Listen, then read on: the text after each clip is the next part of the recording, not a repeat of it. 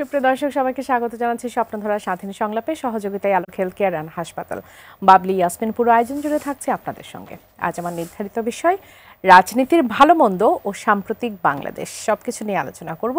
স্টুডিওতে এই মুহূর্তে আমার সঙ্গে সম্মানিত দুজন অতিথি উপস্থিত আছেন।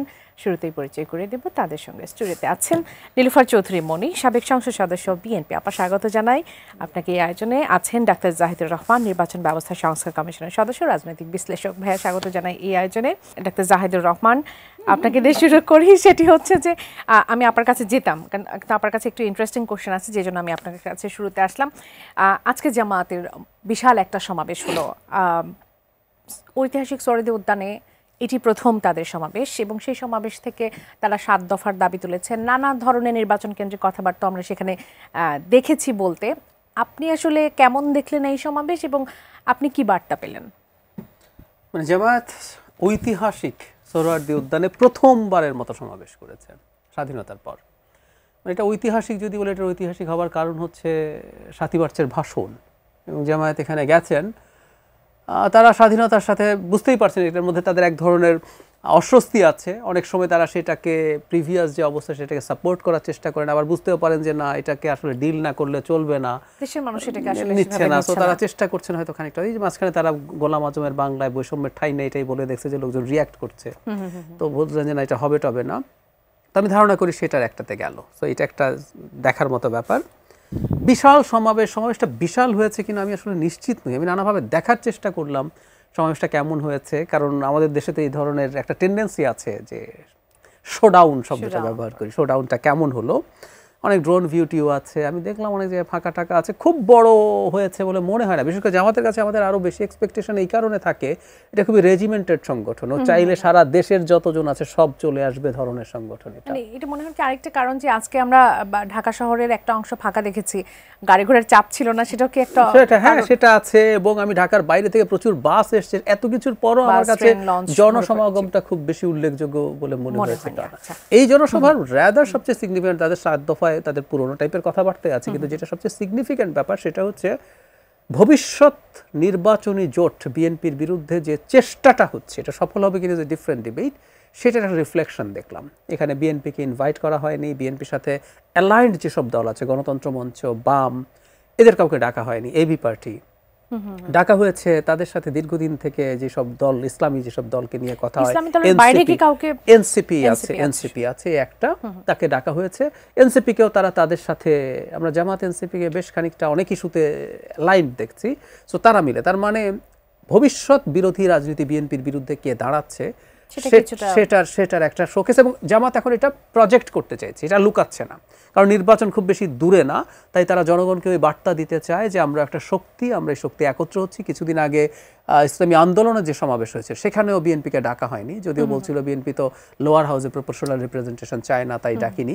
তো সেখানেও বিএনপিকে বাদ দেওয়া হয়েছে, বিএনপির সাথে থাকা দল বাদ দেওয়া হয়েছে, সেখানেও তারা একত্র করে চেষ্টা করেছেন। সামনে এটা হবে এবং এটাই সবচেয়ে সিগনিফিক্যান্ট ব্যাপার। আর বাকিগুলো পুরনো রেটরিক।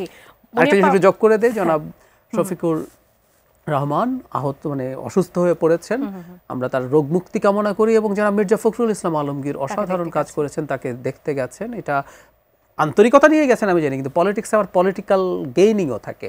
বিএনপিকে ওনারা না ডেকে আবার এখন মির্জা ফখরুল তাকে দেখতে গিয়ে রাদার উনি একটা বেটার কাজ করেছেন। মনে আপা, মানে আপনারা কি এই স্পষ্ট বার্তাটি পেয়েছেন? যেমনটি জাহিদ ভাই বলছিলেন যে যেই জামাত একটা সময় বিএনপির সাথে অ্যালাই করতো, সেই জামাত এখন 2টি প্রোগ্রামে তাদের জানান দিল যে তারা আসলে কাদেরকে নিয়ে সামনে আগাতে চায়, বিএনপির এগেনস্টে দাঁড়াতে চায়। এই বার্তা কি আপনারা স্পষ্ট পাচ্ছেন? আর আপনাদের দাওয়াত দিল না, এটাতে আপনাদের প্রতিক্রিয়া কি? ধন্যবাদ আপনাকে। যারা শুনছেন শুভেচ্ছা, আমার সহজ আলোচককে শুভেচ্ছা। জাহিদ সাহেব যে দেশের আলো পানিতে মানুষ হয়েছে, আমিও তো ওখান থেকেই হয়েছি। সে যে ভাত খায় আমিও সেই ভাতই খাই, সেই দেশেরই। সো আমার কাছে এই কথাটার ভিন্ন অর্থ হবে কেন? দাওয়াত দেয় নাই, এটাই সত্য। দাওয়াত দেয় নাই। এবং বিএনপির মহাসচিব যে বড় দলের মহাসচিব, বিএনপি যে উদারনৈতিক একটা দল, সেটা প্রমাণ করেছেন। উনি অসুস্থ হয়েছেন, ওনাকে দেখতে গিয়েছেন। এটা বিএনপি মনে করে তার দায়িত্ব এবং কর্তব্য এবং নৈতিকতা। তাদের নৈতিকতায় দাওয়াত দেয় নাই। 17 বছর 18 বছর বিএনপি কত কষ্ট করে তাদেরকে টেনেছে। দেশনেত্রী বেগম খালেদা জিয়া এমন একজন মানুষ, উনি নিজে থেকে কেউ বের হয়ে না গেলে উনি তাদেরকে যত অসহায় দুর্বল হোক উনি ছাড়েন না। এই যে মানবিকতার একটা যে ট্রিটমেন্টটা আমরা পেয়েছি তার কাছ থেকে, তার মাধ্যমে এবং তার আগে শহীদ প্রেসিডেন্ট জিয়াউর রহমানের মাধ্যমে, সেটা বিএনপি ধরে রাখার চেষ্টা করে।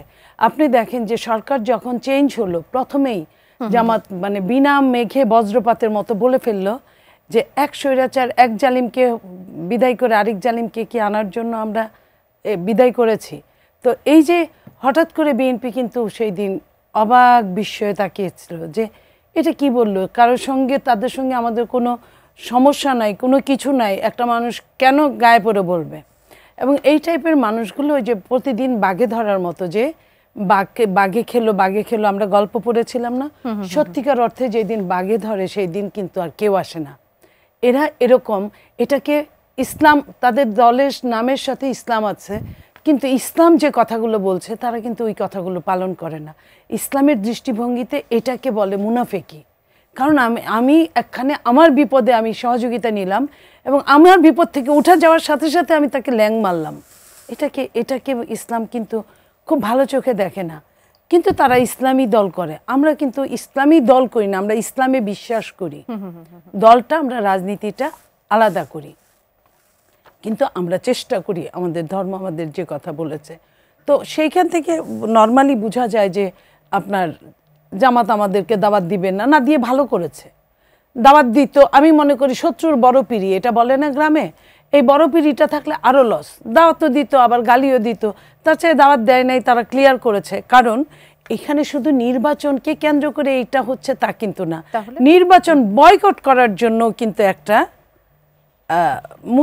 মুচরা হচ্ছে, মূর্ছা যেটাকে বলে, এটা নির্বাচন না করার জন্য তারা যে একসাথে থাকবে। দেখেন আর কাউকে দাওয়াত দেয় না। বিএনপি নির্বাচন চায় বলেই কি বিএনপি একা হয়ে গেল, আপনি সেটা মনে করছেন? এটাই সত্যি, দিন শেষে আপনি যে দিক দিয়েই নেন না কেন ঘটনা এটাই সত্যি। বিএনপি নির্বাচন চায়, বিএনপির সাথে যারা অ্যালায়েন্সে আছে তারা নির্বাচন চায়, এবং এর মধ্যে কেউ কেউ দু নৌকায় পা দেওয়ার লোক আছে, থাকবে না তা বলি না, রাজনীতি তো এরকমই হয়, শেষ বলতে কিছু থাকে না। তবে জামাত যেটা করছে এবং এনসিপি যেটা করছে, এনসিপি যে জামাতের একটা বি টিম, এটা আগে আমরা বলতাম, অনেকে বিশ্বাস করতো না, এখন সমস্যা দিয়ে বোঝা যাচ্ছে। একদিকে জামাত এই মিটিং করলো, আরেকদিকে এনসিপি প্রত্যেকটা জায়গায় উস্কানিমূলক কথা বলছে, যেটা না বললেও চলে। আমার দরকার কি? আমার দরকার মিটিং করা, জনসমাবেশ করা, জনগণকে উদ্বুদ্ধ করা, জনগণকে আমার পক্ষে আনা।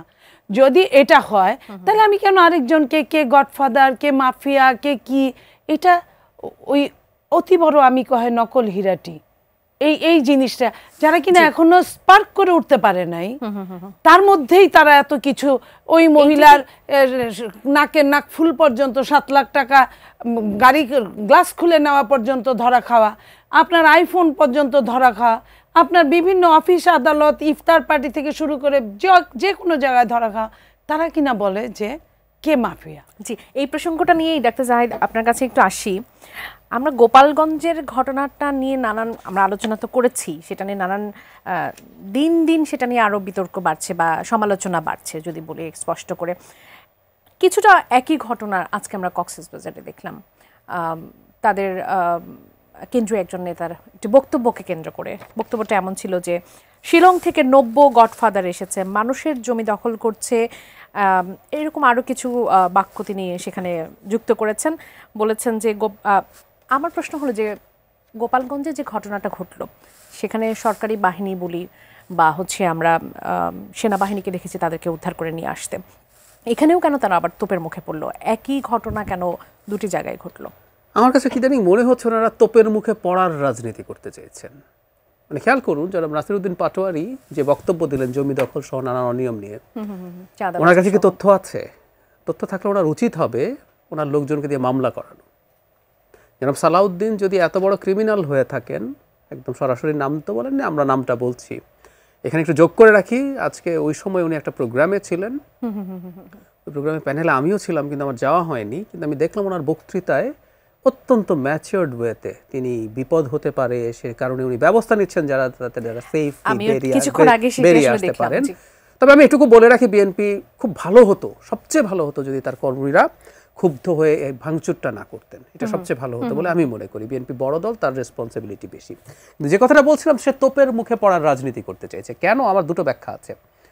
আপনাকে তো রেলেভেন্ট থাকতে হবে। আপনি কিভাবে রেলেভেন্ট থাকবেন?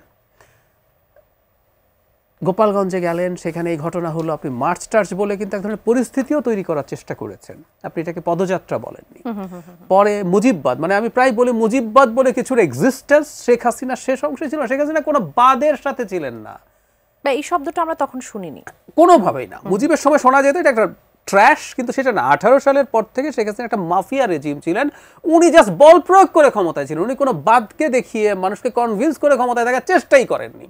শেখ হাসিনার সাথে কি কি ছিল, উনি আমরা কি করতাম? ভয় পেতাম। কেউ গুম করে ফেলবো, যারা খুবই অ্যাক্টিভ পলিটিক্যাল অ্যাক্টিভিস্ট ন্যূনতম মামলা হবে, জেলে যাবেন, ক্রস ফায়ার হবেন, এই তো। সো আপনার আমি ভয় পেয়েছি তাকে, ও ভয়ের মাধ্যমে। ওর কিসের বাদ আর কিসের কি? মুর্দা মানে মুজিববাদকে রাখা যাবে না, বা মুজিববাদের কবর রচনা করা হবে, মুর্দাবাদ করা হবে, মানে এই বিষয়টা আসলে এস্টাবলিশ করার কেন চেষ্টা? আমি আসলে জানি না, খুবই স্টুপিড একটা চিন্তা। আমি স্টুপিড শব্দটা কনসিয়াসলি ব্যবহার করছি। কেউ তাদেরকে শিখিয়ে দিয়েছেন তোমরা এটা বলো, এটা বললে লাভ হবে। আমি খুব অবাক হই। লাভ কি হচ্ছে না, আমি মনে করি না। সব পলিটিক্যাল পার্টি লাভ হবে মনে করে কাজ করলেও সবসময় লাভ হয় না, ভুল হয়। তো যেটা বলছিলাম, তারা যখন এইটা তাদের উপরে এসে পড়লো, সেটার এক ধরনের ভিকটিমহুড।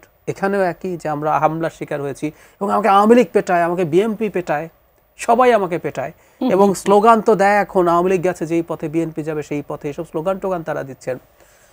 আমি না একটা কথা একটু বলে রাখা জরুরি বলে মনে করি। বিএনপি স্খলন আছে। বিএনপি একেবারে দুধে ধোয়া তুলসী পাতা দল না। বিএনপি আগামীতে ক্ষমতায় আসবে, আসলেও দেশটাকে স্বর্গ বানিয়ে ফেলবে না। অনিয়ম থাকবে, দুর্নীতি থাকবে, কিন্তু বিশ্বাস করি আমি বাংলাদেশ অনেক ভালো, শেখ হাসিনার আমলের তুলনায় অনেক ভালো চলবে এবং একটার পর একটা নির্বাচনের মাধ্যমে আমরা আরো ভালোর দিকে যাব। কিন্তু আওয়ামী লীগ আর বিএনপি একই, it's a red line. Awami League বলে ওনারাই বলছেন, আওয়ামী লীগ বলে কোনো রাজনৈতিক দল নেই। খেয়াল করুন, ওটা একটা মাফিয়ার, ওটা একটা সন্ত্রাসীর দল, তাই ওর নিষিদ্ধ হতে হবে। তাহলে কি বিএনপিও নিষিদ্ধ হওয়ার মতো পরিস্থিতি? তাই মনে করেন তারা? এই কাজগুলো তারা করছেন। নাম্বার 2 হচ্ছে, যেটা বলছিলাম, ইয়াংরা তো ওরা আসলে বেড়ে উঠেছেন সোশ্যাল মিডিয়ার মধ্যে। তো সারাক্ষণ সোশ্যাল মিডিয়াতে আজকে কি লাইক কয়টা কম হলো, আজকে কি রিয়াকশন কয়টা কম হলো, তাহলে আমাকে কিছু একটা করতে হবে। I think so. জেন জির ক্ষেত্রে বলা হয় এটা প্রথম জেনারেশন যারা স্মার্টফোনের মাধ্যমে এই অনলাইন এবং সোশ্যাল মিডিয়াতে কন্টিনিউয়াসলি কানেক্টেড ছিল। সো ওর ব্রেইনের শেপিং হয়েছে ওটা দিয়ে। তো আমার কাছে কেন যেন মনে কিছু একটা বলি, ধরুন 300 সিট এনসিপি জিতবে, যেন পাটোয়ারির কথা বলছি, ওনাকে এখন এই সোকল ভাইরাল হওয়ার রোগে পেয়েছে মনে হয় আমার, 300 সিট এনসিপি জিতবে, বা বিএনপি 50 থেকে 100টা সিট সর্বোচ্চ পাবে। এই ধরনের কথাবার্তা বলা, এইটা আপনাকে এক ধরনের সুবিধা দেয়, এক ধরনের আনন্দ দেয়। এটার একটা কারণ হয়ে থাকতে পারে বলে মনে হয়। আর ওই যে বললাম, তারা ভিকটিমহুডের রাজনীতি করতে চান। আমাকে সবাই পেটায়, আমি নতুন, আমি এত ভালো, তাই পুরনো বন্দোবস্ত যারা করতেন তারা সবাই এখন আমার শত্রু। জি আপা, একই বিষয় নিয়ে আপনার কাছে জানতে চাই, মানে এরকম ঘটনা আপনার কাছে কি মনে হয়? জাহিদ ভাই যেটা বলছিলেন যে তারা তোপের রাজনীতি যেটা সেটা করার চেষ্টা করছে, আমরা সেটা পরপর দুটি ঘটনা প্রেক্ষাপটে সেটি জানলাম।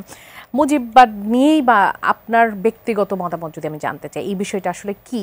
এটার কেন মুর্দাবাদ করতে হবে? মুজিববাদ কেন বাংলাদেশ থেকে শেষ করে দিতে হবে? গোপালগঞ্জকে কেন চ্যালেঞ্জ করতে হবে? দেখেন, আমি একটা জিনিস মনে করি, ফলদান বৃক্ষ নুয়ে থাকে।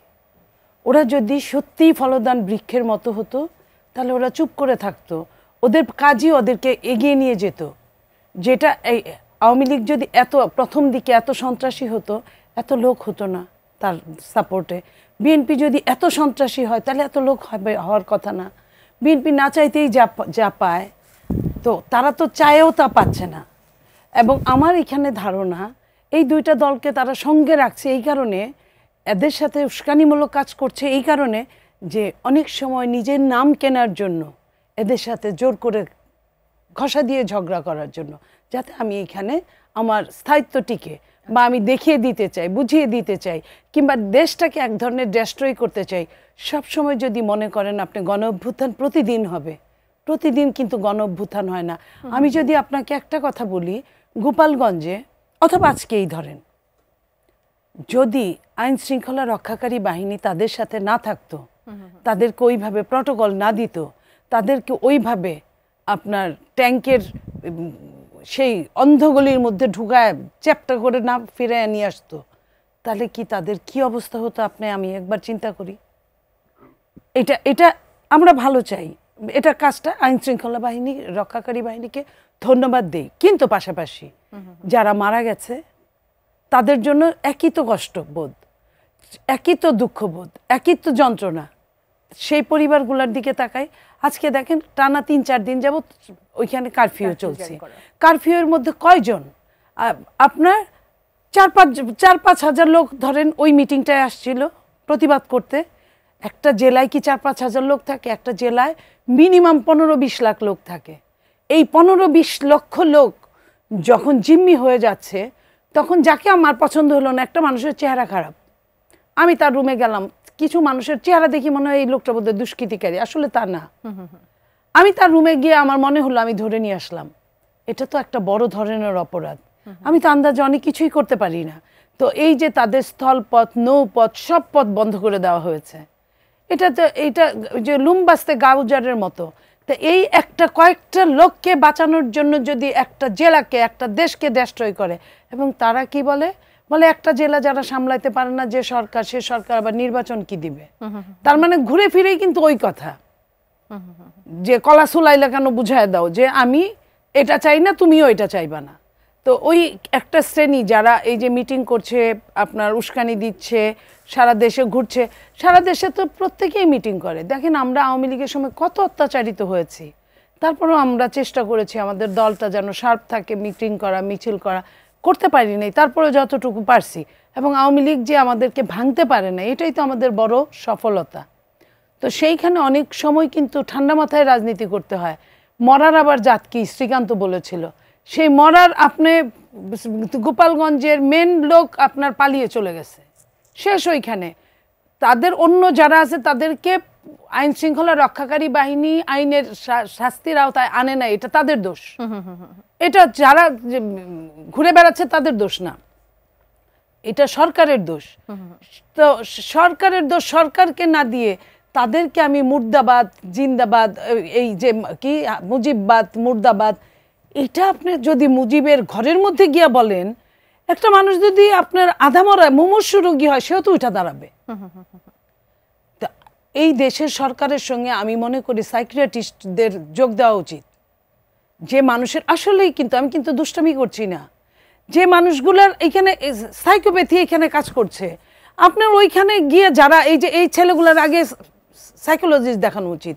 এরা কি চায়? এরা যায় যখন এই ধরনের উস্কানিমূলক কথা বলছে, তখন উস্কানিতে উদ্বুদ্ধ হলে কেউ তারে আপনিও শাস্তি দিচ্ছেন, আমিও শাস্তি দিচ্ছি, সবাই। এই যে দেখেন কথাগুলো কিন্তু অপরাধীর পক্ষে চলে যায়। আমার কথা হলো অপরাধী আত্মপক্ষ সমর্থনের কেন আপনি সুযোগ দিবেন না? কেন পাবে না? গোপালগঞ্জ ধরেন পুরাটাই খারাপ, পুরাটা খারাপ হলে আইনের আওতায় নিয়ে আসেন না তাদেরকে আপনি ভাতে মারবেন, পানিতে মারবেন, এমন বলাও হয়েছে। তাদের সব কিছু লাইন কেটে দেওয়া হবে, এই কেটে দেওয়া হবে, এইটা করা হবে, ওইটা করা হবে। কেন? তারা এই দেশের নাগরিক না? আমি কখনো এটা চিন্তা করিনি। আমি একজন বিএনপির একদম ছাত্রদল করা থেকে আমি একজন, আমি পর্যন্ত এই কথা বলছি কারণ আমি আত্মপক্ষ সমর্থনের সুযোগটাকে আপনি বিশ্বাস করেন। আমি ছোট করে জাহিদ ভাই এটা যদি আপনার কাছ থেকেও জানতে চাই, যে এই যে আজ পর্যন্ত কারফিউ, এবং আপা যেটি বলছিল যে মানে আক্রোশের কারণটা কি আসলে? গোপালগঞ্জ এটা শুধু কি শেখ হাসিনাই আক্রোশের কারণ, বা বঙ্গবন্ধু আক্রোশের কারণ? এত আক্রোশ কেন?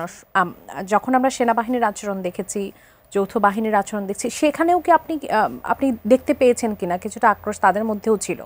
আক্রোশের কারণ আছে, কিন্তু আক্রোশ দেখানো যাবে না, কারণটা আমি বলছি। তার আগে খেয়াল করি আমরা, যে আপা বলছিলেন যা যা হচ্ছে, 5 জন মানুষ মারা গেছেন, হত্যাকাণ্ডের শিকার হয়েছেন, তাদের এই তদন্ত কি আমরা করছি যে ওদের হত্যাকাণ্ড জরুরি ছিল কিনা, তাদেরকে আমি হত্যা না করে কিছু করতে পারতাম কিনা?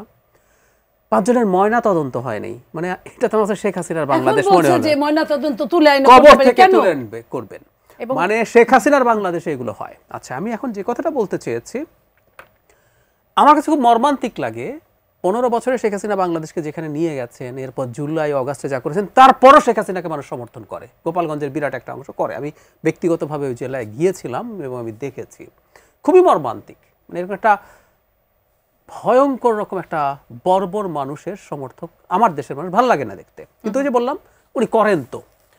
এখন সমস্যাটা হয়েছে গোপালগঞ্জে প্রথম থেকেই প্রাথমিকভাবে তাদের দিক থেকে অনেক কাজ হয়েছে। আমি 3টা ঘটনা বলবো। সেনাবাহিনী 5 আগস্টের পর সেনাবাহিনীর উপর হামলা হয়েছে, বিএনপির একজন নেতাকে পিটিয়ে মেরে ফেলা হয়েছে। ওনারা জাস্ট একটা শোভাযাত্রা করছিলেন। গোপালগঞ্জ কিন্তু স্বাধীন গোপালগঞ্জ না, ফর গডস সেক, স্বাধীন আওয়ামী গোপালগঞ্জ না। বাংলাদেশের মধ্যে একটা স্বাধীন গোপালগঞ্জ থাকবে, এটা হতে পারে না।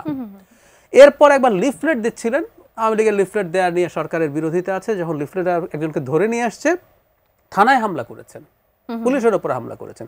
সুতরাং তাদের মধ্যে পারসেপশন মনে ঢুকে গেছে যে আমরা স্বাধীন, এবং আমরা লজিক্যাল কারণেই মনে করি আওয়ামী লীগের যেসব গুন্ডা, আওয়ামী লীগের লোক মানেই গুন্ডা পান্ডা, যারা ইন্ডিয়া পালাতে পারে নাই, নুদেন পক্ষে, অনেকে তো অনেক দেশে গেছে, যারা ইন্ডিয়াতেও পারে না তারা গোপালগঞ্জেও হয়তো আছে।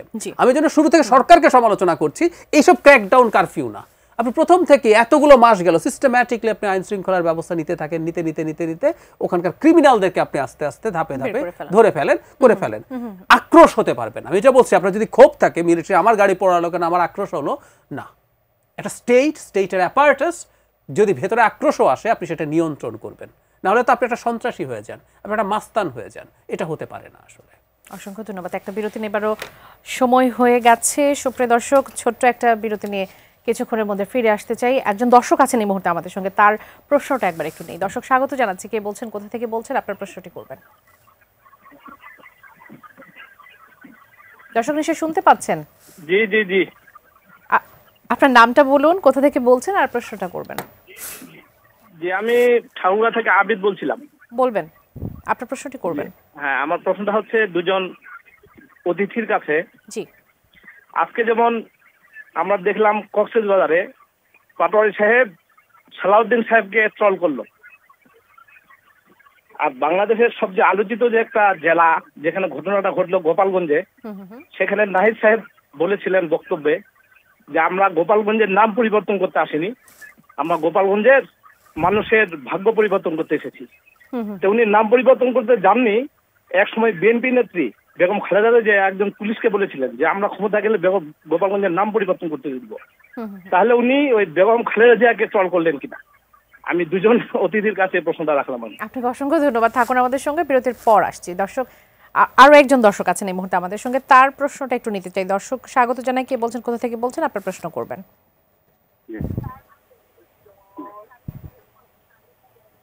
শুনতে পাচ্ছেন নিশ্চয়? জি, আসসালামু আলাইকুম। ওয়ালাইকুম সালাম। আমি চট্টগ্রাম থেকে শাহ ইমরান বলবেন। জি, আমি একটা প্রশ্ন মানে বিবেচনার জন্য একটু বলছি আর কি। এই সংসদে এই ব্যবসায়ীদের জন্য সংরক্ষিত আসন রাখা যায় কিনা। এই মুহূর্তে আরো একজন দর্শক আছেন, তার প্রশ্নটা নিয়ে অংশ শুরু করতে চাই। দর্শক স্বাগত জানাচ্ছি, কে বলছেন, কোথা থেকে বলছেন, আপনার প্রশ্নটি করবেন। জি, আসসালামু আলাইকুম। ওয়ালাইকুম আমার সালাম। নাম মনির হায়দার। জি, বলবেন।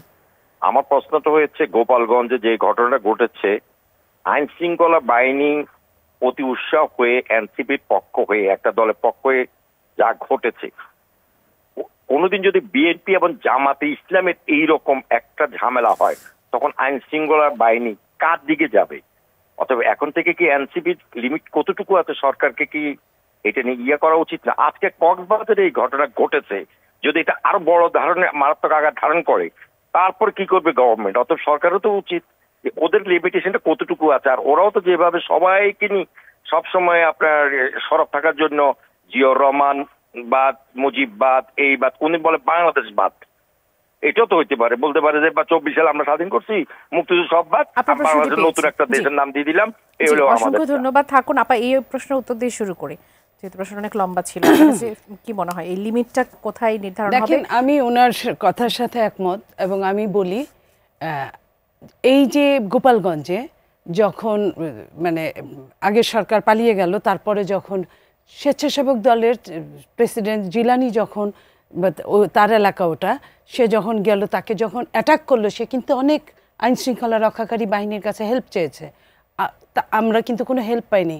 ওখানে একজন স্পট ডেড হয়েছে, এবং শুধু তাই না, জিলানির স্ত্রীকে, সন্তানকে যেভাবে মেরেছে, তার স্ত্রী অনেক দিন হাসপাতালে ভর্তি ছিল, পা ভেঙে গিয়েছিল সম্ভবত, এবং জিলানি মৃত্যুর ঘর থেকে ফেরত আসছে, এরকম অনেকজন আসছে। তো এই যে যতগুলো গাড়ি বহরে হামলা করেছে একসাথে, সেটার বিচার আমরা পাই নাই। তারপরে আপনি মনে করেন যে বিএনপি এরকম মিটিং অনেকবার করে, অনেকবারই এরকম আমরা এই বিচারগুলো পাই নাই। আমরা আমাদের ছাত্র দলের যখন ওই ক্যাম্পাসে যে ছেলেটা মারা গেল, আমাদের মিছিলটাকে কিন্তু আর সামনের দিকে আসতে দেওয়া হয় নাই। এবং এই জিনিসগুলো যেভাবে আইন শৃঙ্খলা রক্ষাকারী বাহিনী এনসিপিকে হেল্প করছে, আমরা যে আগে বলেছি যে তারা সরকারেরই একটা দল, কিংস পার্টি, এটা অনেকেই স্বীকার করে নাই, তারাও স্বীকার করে নাই, এখন তো প্রমাণ হয়েছে। এটা কখনোই বিএনপি বা অন্য বিএনপির সাথে যারা আছে তাদের জন্য করবে না, জামাতের জন্য যে করবে তার আরেকটা নজির দেখায় আজকেই। আপনার বাংলাদেশ কিছু হলে জামাতের সাপোর্ট, জামাত বাংলাদেশ চালাচ্ছে, এটাও আমরা অনেকবার বলেছি। জামাত এই সরকারের ঘাড়ে চড়ে বসে দেশ চালাচ্ছে, এটার আজকের জলজ্যান্ত প্রমাণ হচ্ছে ট্রেন, 4টা রুটে যে 4টা ট্রেন ভাড়া নেওয়া যায়, 54 বছরের ইতিহাসে বাংলাদেশে এটা কখনোই হয় নাই। 15.5 বছর স্বৈরাচার শাসন করেছে, তারাও এরকম করে ভাড়া করে নেয় নাই একবার। অলিখিত, এটা লিখিত না, আজকেরটা কিন্তু লিখিত ভাড়া হয় ট্রেন। এটা কোনো আইনের মধ্যে আছে কিনা আমাদের জানা নাই, থাকলে তো এর আগে হতো। তো এর আগে যেটা সিরাজগঞ্জে যেটা করেছিল, যে এটা আওয়ামী লীগের সময়, সেগুলো হলো গিয়া ওটা অলিখিত ছিল, দখল করে নিয়ে চলে গেছে, সেটা অন্য হিসাব, যে কারণে তার শাস্তিও তারা ভোগ করছে। কিন্তু এই যে আজকে 4টা ট্রেন জামাত নিয়ে কি প্রমাণ করলো? যে বাংলাদেশকে যে কোনোভাবে যেমন খুশি তেমনভাবে তারা করতে পারে। প্রশাসন যে সমস্ত প্রশাসন যে তারা সেট করেছে, এটাই আজকে প্রমাণ যে রেলওয়ে তাদেরকে প্রমাণ দিয়ে দেখিয়ে দিল যে আমরা জামাত চাইলে আমরা পারি। আরেকটি প্রশ্ন, ব্যবসায়ীর কোটার কথা বলেছে, আরো একটা প্রশ্নের কথা বলেছে, আমি বলছি ব্যবসায়ীদের কোটায় আমি যদি বলি, সর্বোচ্চ কোটায় ব্যবসায়ীরা এখন আছে চিফ অ্যাডভাইজার, উনি নিজেই নামকরা দেশি এবং বিদেশি ব্যবসায়ী, এবং এই দেশে উনি দায়িত্ব পালন করে অনেকগুলা ব্যবসা ওনার হস্তগত হয়েছে। আমরা এটা নিয়ে কথাও বলেছি পার্লামেন্টে। লাস্ট ইলেকশনে, দ্বাদশ ইলেকশনে সম্ভবত 74% ব্যবসায়ী ছিল। তো 74% যে দেশের ব্যবসায়ীরা প্রতিনিধিত্ব করে, সেখানে কি আর কোটার দরকার আছে? এটা তো ওই নারী কোটার মতো হয়ে গেল না? দিন যত যাবে কোটা কমবে, জিরোতে আসবে, তা না হয়ে বাংলাদেশের বয়স যত বাড়ছে নারী কোটা তত বাড়ছে। এটা অনেকটা এরকম হয়ে গেল ওনার কথা। আরেকটা প্রশ্ন ছিল নাম পরিবর্তনে। নাহিদ ইসলাম বেগম জিয়াকে ট্রল করেছেন কিনা, কারণ বেগম জিয়া একসময় বলেছিলেন যে গোপালগঞ্জের নাম তিনি পরিবর্তন করে দিবেন, কিন্তু নাহিদ ইসলাম বলছেন যে আমরা নাম পরিবর্তন করতে আসিনি। আমি আপনাকে বলি, নাহিদ ইসলাম তারা ওই যে কত বড় কহে, আমি বলছিলাম যে ওরকমই। আমি দেশনেত্রী বেগম খালেদা জিয়া কখন বলেছিল, দেখেন বালির বস্তা দিয়ে যখন তাকে আটকে দিল, যখন উনি এটা খুলে দিতে বলল, পুলিশরা বলল যে না, এটার পারমিশন নেই, আমরা গোপালগঞ্জের পুলিশ। তাকে বুঝাই দিল যে গোপালগঞ্জের পুলিশ, আমরা এসে আপনাকে অ্যাটাক করেছি, আমরা আপনার কথা শুনবো না, আমরা বিশেষ জায়গা থেকে এসেছি। তখন উনি বলছিল যে এই কথা বলছেন, যদি ক্ষমতার চেঞ্জ হয় তাহলে আমরা নামটা, ওটাও কিন্তু রাগের কথা ছিল। রাগের কথা ছিল এই কারণে আমি বলি, দেখেন 5ই আগস্টের পরে থেকে দেশনেত্রী বেগম খালেদা জিয়া যে 2-3 বার জনগণের সম্মুখে এসেছে, এবং আইন উপদেষ্টা আসিফ নজরুল উনি বলেছেন দেশনেত্রী বেগম খালেদা জিয়ার সঙ্গে দেখা করতে গিয়ে যে আমি 2-3 বার তাকে এই কথা তুলেছি, আপনাকে এত টর্চার করেছে, অত্যাচার করেছে, বলছে রাখেন সেটা, আর সেই কথাটা এখন আর নাই বা তুললেন, তারা তো নাই। এই যে এর নাম হচ্ছে বেগম খালেদা জিয়া।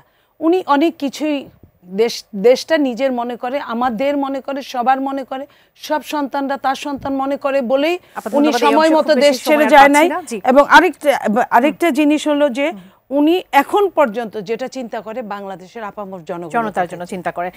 ডাক্তার জাহিদ, আমার একটি শিরোনাম ছিল সারা দেশে ভয়ের রাজনীতি তৈরি করা হয়েছে, সিস্টেম পরিবর্তন হয়নি। বান্দরবনের পদযাত্রা এটি নাহিদ ইসলাম বলেছে। সারা দেশে ভয়ের রাজনীতি আসলে কারা তৈরি করছে, আর সিস্টেম পরিবর্তন হয়নি, আসলে সিস্টেমটা এখন কারা পরিবর্তন করবে, কাদের হাতে, তারা কেন করছে না?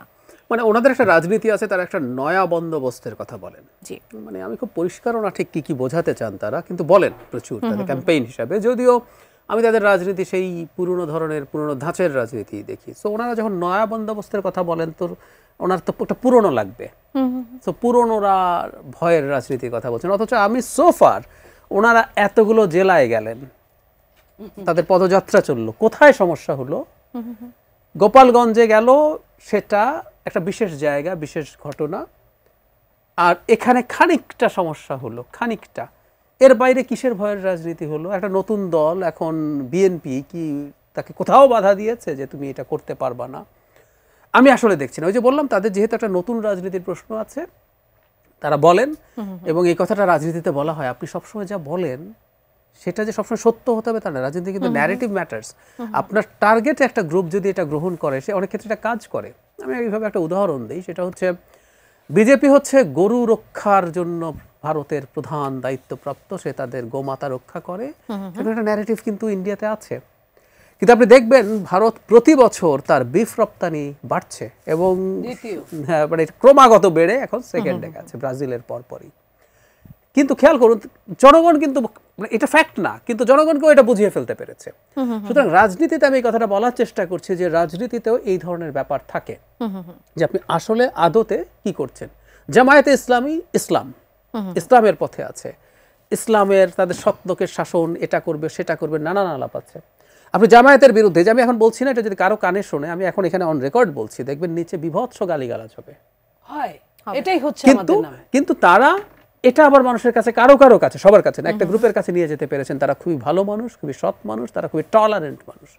সো এই হচ্ছে ব্যাপার। সো এনসিপি আসলে তার নতুন রাজনীতির নামে এটা করতে চায়। তারা কতগুলো আসলে তথ্য রেটরিক্যালি বলেন, এগুলো কিছু কিছু মানুষের কাছে পৌঁছার চেষ্টা করেন, কিছু কিছু মানুষের কাছে গেলে খুশি হবেন, কিন্তু এর মধ্যে একেবারেই সত্যতা নেই। আমি প্রায় বলছি এই কথা, 5th অগস্ট পরবর্তী সময় আমাদের অনেক কিছু হয়নি, কিন্তু আমাদের রাজনৈতিক পরিবেশে অসাধারণ পরিবর্তন হয়েছে। এই যে আমরা আজকে জামায়াতে ইসলামী যেই ধরনের আচরণ প্রথম দিন থেকে বিএনপির বিরুদ্ধে করেছে, তাদের যিনি প্রধান তিনি আজকে অসুস্থ হলেন, বিএনপি মহাসচিব সরাসরি তাকে দেখতে চলে গেলেন। আমরা প্রত্যেকের রাইট নিয়ে কথা বলছি, প্রত্যেকের রাইট। এই দলের সাথে আমার মতাদর্শিক সমস্যা থাকতে পারে, আমি একজন অ্যানালিস্ট হলেও আমার তো একটা পলিটিক্যাল ভিউ আছে, আমি একজন মধ্যপন্থী মানুষ। সো রাইটের যাদের প্রবলেম আছে, আমরা তার সাথে কথা বলবো, কিন্তু তার রাইটের পক্ষে দাঁড়াবো। বাদ দিন আমরা আওয়ামী লীগের রাইট নিয়ে এতক্ষণ কথা বলি নেই, তাই না? সো বাংলাদেশে আমরা মনে করি 5th অগস্ট পরবর্তী সময়ে মোটেও ভয়ের কোনো রাজনীতির পরিস্থিতি নাই। অত্যন্ত টলারেন্ট একটা গণতান্ত্রিক পরিবেশের মধ্যে দিয়ে আমরা আগাচ্ছি। দীর্ঘদিনের স্বৈরশাসন ছিল, আমাদের কিছু কিছু সমস্যা হবে, কিন্তু এটা মোটে উল্লেখযোগ্য কিছু না। তারা অ্যাটলিস্ট যেভাবে বলছেন সেরকম কিছু না। আরও একটি প্রসঙ্গ আছে যেটা নিয়ে আসলে আজ আলোচনা করতেই চাই, ডাক্তার জাহিদ ভাই আপনার কাছে আসি। সেটি হচ্ছে যে ঢাকায় জাতিসংঘের মানবাধিকার বিষয়ক কার্যালয় স্থাপনের বিষয়টি আজকে বেশ সমালোচনার সৃষ্টি করেছে। এই সরকার 3 বছর মেয়াদী একটি সমঝোতার স্মারক সই করেছে, সেটা নিয়ে এখন নানা ধরনের প্রশ্ন উঠছে যে বাংলাদেশে এর আসলে কাজটা কি। কেননা আমরা যতদূর জানি যে এই সংস্থাটি সংঘাতপ্রবণ দেশগুলোতে মূলত এই সংস্থাটি আসলে কাজ করে থাকে। আপনি এটাকে কিভাবে দেখছেন? প্রধান উপদেষ্টা তার অফিসিয়াল ফেসবুক পেজে একটা স্ট্যাটাস দিয়েছেন। আমি শুরুতে কন্ডেম করি একটা জিনিস, উনি এটা ইংরেজিতে দিয়েছেন। উনি অনেক বাংলা স্ট্যাটাস দেন, ওনার পেজে যে কেউ গেলে দেখতে পারে। এটা ইংরেজিতে দিয়েছেন যাতে আমরা বুঝতে না পারি। তো খানিকটা ইংরেজি যেহেতু বুঝি, আমি পড়লাম, তো পড়ে দেখলাম আর কি উনি খুব সুন্দর সুন্দর কথা লেখা হয়েছে যে আমাদের এখানকার লোকাল যারা কাজ করে তাদের ট্রেনিং দেবে, অ্যাসিস্ট্যান্স করবে, ইত্যাদি ইত্যাদি। শুনতে ভালো। আপনি যেটা বলছেন সংঘাতপ্রবণ, আমি দর্শকদের উদ্দেশ্যে একটু দেশগুলোর নাম পড়ি। 16টা দেশে পুরোপুরি অফিস আছে। আমি একদম ওদের যে হিউম্যান রাইটস কমিশন আছে সেটার ওয়েবসাইট থেকে পড়ছি। Burkina Faso, Cambodia, Chad, Colombia, Guatemala, Guinea, Honduras, Libya, Mauritania, Mexico, Niger, Palestine, Syria, Sudan, Tunisia, Yemen, North Korea, Ukraine. এ দুটোতে হলো আদার একটু পার্সিয়াল অফিস। আমরা দেখছি আপনি যেটা বললেন যে সংঘাতপ্রবণ, আমরা যদি শুনি খুবই আফ্রিকার বিভিন্ন সংঘাতপ্রবণ দেশ, মিডল ইস্টের সংঘাতপ্রবণ দেশ, আমাদের কেন প্রয়োজন হলো? এখন দুটো ইস্যু, সেটা হলো যেটা লেখা হয়েছে, আমাদের এই ধরনের ক্ষেত্রে সবসময় যা লেখা হয় তাই আসলে থাকে না, এর মধ্যে অনেক ইস্যুস থাকে। আমরা আসলে এই প্রশ্ন সরকারকে করতে চাই যে কেন অন্য দেশগুলো তাহলে এটা করতে যায়নি, এটা যদি এতই ভালো হয়, কেন ওই জায়গাগুলোতে এটা হয়েছে, কেন এখানে হয় নাই? সংঘাতপ্রবণ দেশ, তার মানে বাংলাদেশে কি এই ধরনের পরিস্থিতি বিরাজ করবে, এই ধরনের সিচুয়েশন তৈরি হচ্ছে? অথবা তারা কি চাইছেন যে 3 বছর মেয়াদী? এখানে একটা ইন্টারেস্টিং বিষয় আছে, খেয়াল করুন, নির্বাচনের পরবর্তী সরকারটার মধ্যেও তার টেনিওর থাকবে। তো সুতরাং পরবর্তী সরকারের ব্যাপারে তারা কি এমন কোনো চাপ তৈরির চেষ্টা করছেন যেটা আসলে পরবর্তী সরকারকে দুর্বল করার পরিস্থিতি হবে? আমরা একটা কথা শুরুতে বলে রাখতে চাই, বাংলাদেশে মানবাধিকার রক্ষিত হবে, এটা হতেই হবে, এবং এটার জন্য ইভেন জাতিসংঘের প্রয়োজন নেই। আমরা দীর্ঘদিন যখন জাতিসংঘ ছিল না, আমরা দীর্ঘদিন প্রচুর শোরগোল করেছি যে বাংলাদেশে যত হিউম্যান রাইটস ভায়োলেশন, ওই সরকারের সময় শুধু না, এর আগের বিএনপি সরকার। আমি অন্তত একটা জিনিস নিয়ে সিরিয়াস অ্যাক্টিভিজম করতাম, তখন এত লিখতাম না, কিন্তু ওই সময় মুখে বলতাম, পরবর্তীতে লিখেছি। আমি আজকে মনিহাপার সামনেই বলি, ওনার দল 2001-06 বিএনপি সরকারের পাপ ছিল, মানে 14 থেকে শুরু করে আওয়ামী লীগ যা করেছে তার সাথে তুলনা হয় না, কিন্তু অনেক পাপ ছিল। সবচেয়ে বড় পাপ ছিল বাংলাদেশে এক্সট্রা জুডিশিয়াল কিলিং, বিচার বহির্ভূত হত্যাকাণ্ড ইন্ট্রোডিউস করা। সো আমরা সমালোচনা কিন্তু আমাদের সমাজে এগুলো হয়েছে। এটার জন্য জাতিসংঘের হিউম্যান রাইটসের আসলে জরুরি কোনো প্রয়োজন আছে বলে মনে হয় না। বাংলাদেশে খুবই চমৎকার হিউম্যান রাইটস অর্গানাইজেশনস আছে, তারা দীর্ঘদিন কাজ করেছে। সমস্যা হচ্ছে তাকে করতে দেওয়া হয়নি। যেমন ধরুন অধিকারকে শেখ হাসিনা করতে দেননি, কিন্তু অধিকার তার জায়গায় অ্যাক্টিভিজম করেছে, আইন সালিশ কেন্দ্র আছে, আরও অন্যান্য প্রতিষ্ঠান আছে। সুতরাং এটা কেন প্রয়োজন হলো হঠাৎ করে, যেখানে আমরা তুলনা করে দেখছি, এই জবাবগুলো আমাদের কাছে একেবারেই স্পষ্ট। একটু মুনিয়াপা আপনার কাছ থেকে এই বিষয়টি নিয়ে একটু কথা বলি, যে বিশেষ করে নির্যাতন, বৈষম্য, মত প্রকাশের স্বাধীনতা হরণ, নারী শিশুদের অধিকার লঙ্ঘনের মতো বিষয়গুলো তদন্ত করবে, প্রতিবেদন করবে। এই সংস্থা নিয়ে আপনার কিছু বলার আছে? এই অফিস ছাড়াও কিন্তু এই তদন্ত হয়, প্রতিবেদন প্রতি বছর প্রতি দেশ নিয়ে হয়। আমাদেরকে নিয়ে কিন্তু জাতিসংঘের প্রচুর রিপোর্ট আছে, শেখ হাসিনার সময়ও আছে। এবং বিশ্বের এতগুলো দেশের মধ্যে 16টা দেশে মাত্র আছে, এবং সেই দেশগুলোর নাম যেমনটি ডাক্তার জাহিদ বলছিলেন, বাংলাদেশের অবস্থা কি সেই দেশগুলোর মতো কিনা? এই প্রশ্নটা তো আমাদেরও, আমরা যারা পলিটিক্স করি আমাদের অনেক সমস্যা আছে, কিন্তু আমরা তো সংঘাতপূর্ণ দেশের মধ্যে পড়িনি। আমরা নিজেরা টুকটাক সংঘাত করতে পারি। এই দেশগুলো কিন্তু, যে দেশগুলো জাহিদ বললেন, সেগুলো কিন্তু অন্য দেশের সাথেও তাদের অনেক অনেক বড় বড় সমস্যা, সংঘাত। তাহলে আমাদের দেশে কেন এই টাইমে আসবে? শুধু সংঘাতকে সামনে রেখেই কি আসা, নাকি সংঘাত আরও বেশি, অনেক সময় আগুনে ঘি ঢালা বলে, এটা তো থাকতো না। তাহলে আগুনে পানি না ঢেলে ঘি ঢালার জন্য কি এটা করা, যে এই সংঘাতগুলো লাগবে? যেটা এক সময় ফ্যাসিস্ট সরকার বলেছিল, আমি যদি সেন্ট মার্টিন দিতাম তাহলে আমি আরও অনেক দিন থাকতে পারতাম, আমাকে এইভাবে যেতে হতো না, হয়তো আমাকে যেতে হবে।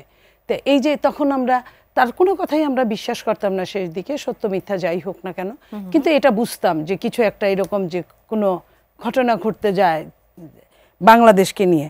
যেমন ধরেন মানবাধিকার, এইটা হলো কার্যক্রম স্থাপন করা, আরেকটা মানবাধিকার করিডোর। আপনার সবকিছুর সঙ্গে অমানবাধিকারের সঙ্গে মানবাধিকার জুড়ে দেওয়া হয়েছে। এই যে মানবাধিকারের নাম দিয়ে যে আমাদেরকে পোস্টমর্টেম করা হবে জীবন্ত মানুষকে, এই দেশে মৃত মানুষকেও এখন না পোস্টমর্টেম করে না, কিন্তু জীবন্ত মানুষকে পোস্টমর্টেমের জন্য যে এদেরকে আমরা ওয়েলকাম করে নিয়ে আসতেছি, আমরা এটা কতটুকু সহ্য করতে পারবো, এটা একটা প্রশ্ন। দ্বিতীয়ত, একটা নির্বাচিত সরকারও কিন্তু এগুলো নিয়ে অন্য দলদের সাথে আলোচনা করার কথা। যেমন আপনার পাশের দেশ ভারত, তার আমি অনেক সমালোচনা করতে পারি, কিন্তু সে গণতান্ত্রিক দেশ, এটাও তো সত্যি।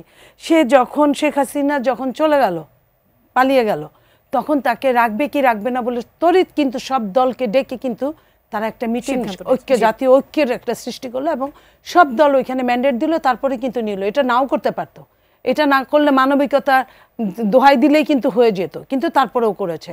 কিন্তু এই জায়গায় একটা অনির্বাচিত সরকার, আমার প্রশ্ন আপনার মাধ্যমে যারা এখানে বুদ্ধিজীবী মাপের কেউ যদি শুনে থাকে, যে এইসব করার জন্যই কি একটা অনির্বাচিত সরকার, এই ধরনের সরকার নিয়ে আসা হয়েছে, যাদের বেশিরভাগ বিদেশি নাগরিক, যাদের বেশিরভাগ অন্য দেশ নিয়ে চিন্তা ভাবনা করে, অন্য দেশের সারা বছর থেকে আবার কোনো সমস্যা হলে অন্য দেশে চলে যেতে পারে, এই টাইপের মানুষগুলোকে, যেইখানে নির্বাচিত সরকার এই ধরনের কার্যক্রমে সব দল নিয়ে বসার কথা, সেখানে অনির্বাচিত সরকার আপনার সমঝোতা স্মারকে সিগনেচার করে কিভাবে, হয় কিভাবে?